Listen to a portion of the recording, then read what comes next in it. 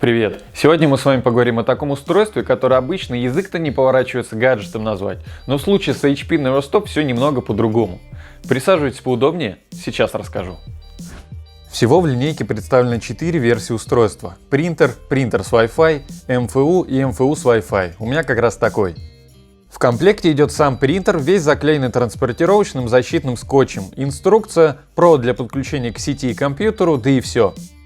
Естественно, весь этот скотч нужно отклеить, присоединить недостающие части входного лотка и загрузить бумагу. Подключаем шнур питания с задней стороны, тут же, кстати, находится разъем для подключения к компьютеру.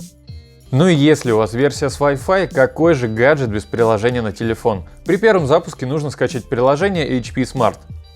Вот уже на этом моменте я удивился, потому что в моем сознании принтер — это что-то такое медленное и работающее только через провода с компьютером. Через приложение подключаем принтер к Wi-Fi и все, можно печатать. Изначально стартовый запас тонера рассчитан на 5000 страниц. На принтере есть панель управления с быстрыми клавишами. Кнопки механические, хоть и может показаться, что это сенсор. С ее помощью можно копировать, изменять настройки контрастности, ну и следить, если вдруг появляются какие-то ошибки. Фишка этого принтера, о которой заявляет сам производитель, в том, что это первый в мире принтер без картриджа, благодаря чему среди принтеров HP у этой версии самая низкая стоимость печати. Я помню основную головную боль этих картриджей. Во-первых, сам картридж дорогой, иногда чуть ли не в половину стоимости самого принтера. А во-вторых, чтобы его заправить самому, нужно было провести целый ритуал, при этом был уникальный шанс запачкать все вокруг тонером. В HP Neverstop конструкция немного другая. Есть сменный модуль печати, и это, кстати, единственная часть в принтере, которая заменяется. Он состоит из 3 частей: самого фотобарабана, это вот этот зеленый вал, контейнера для заправки тонера и контейнера для отработанного тонера. Ресурс печати этого сменного модуля 25 000 страниц, ну и если лимит уже подходит к концу, его можно заменить. Еще, кстати, если у вас МФУ, не обязательно крышку закрывать при сканировании. Раньше, я помню, если этого не сделать, скан получается засвеченным, тут нормально. Кстати, если в комплектации нет сканера, скан можно сделать через приложение. Просто наводим камеру на документ, и приложение автоматически его распознает. Правда, иногда HP Smart делает ошибочные снимки, но их просто удаляем. Скорость печати, кстати, 20 страниц в минуту.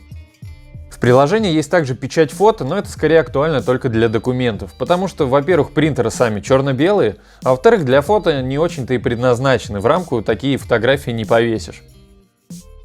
Документы и фотографии можно грузить как из памяти смартфона, так и просто из Google Drive или Dropbox.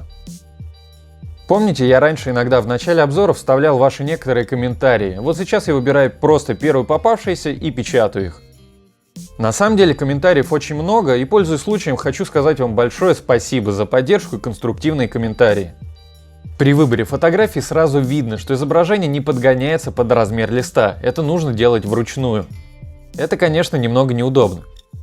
Ну что, распечаталось? Первый комментарий у нас от Лопатка Боли. Красивый и мощный, зачет. И это я об обзоре. Следующий комментарий от EFJ.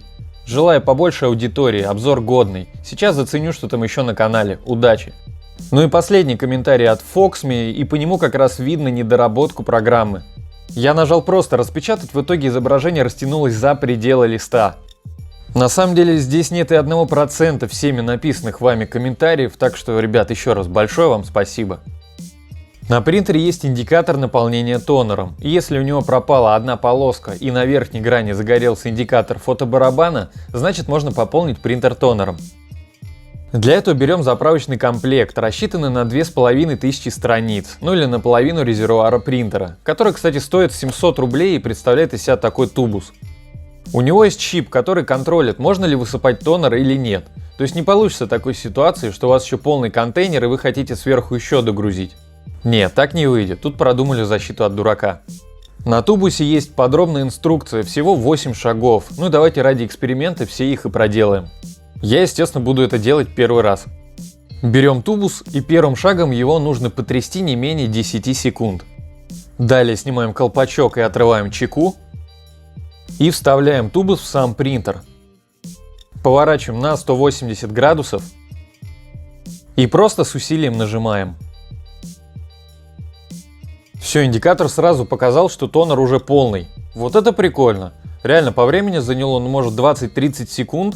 Я и тонером не заляпался, и вообще, ну, вот за это прям зачет.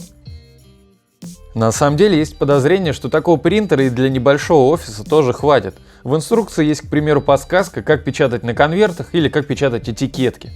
А для домашних целей его возможности вообще с избытком. И, кстати, качество заливки хорошее. Я для теста распечатал несколько страниц со сплошным черным цветом, заливает прям очень плотно. В целом, к самому принтеру вопросов особо нет. Качество печати, скорости печати, с этим он справляется хорошо. Есть небольшие недочеты в приложении, но, наверное, в скором времени это должны поправить. Если выпуск был полезен, поставь лайк и подпишись на канал. И пиши в комментарии, что ты думаешь про HP NeuroStop. А на сегодня все. До встречи в следующих видео. Пока.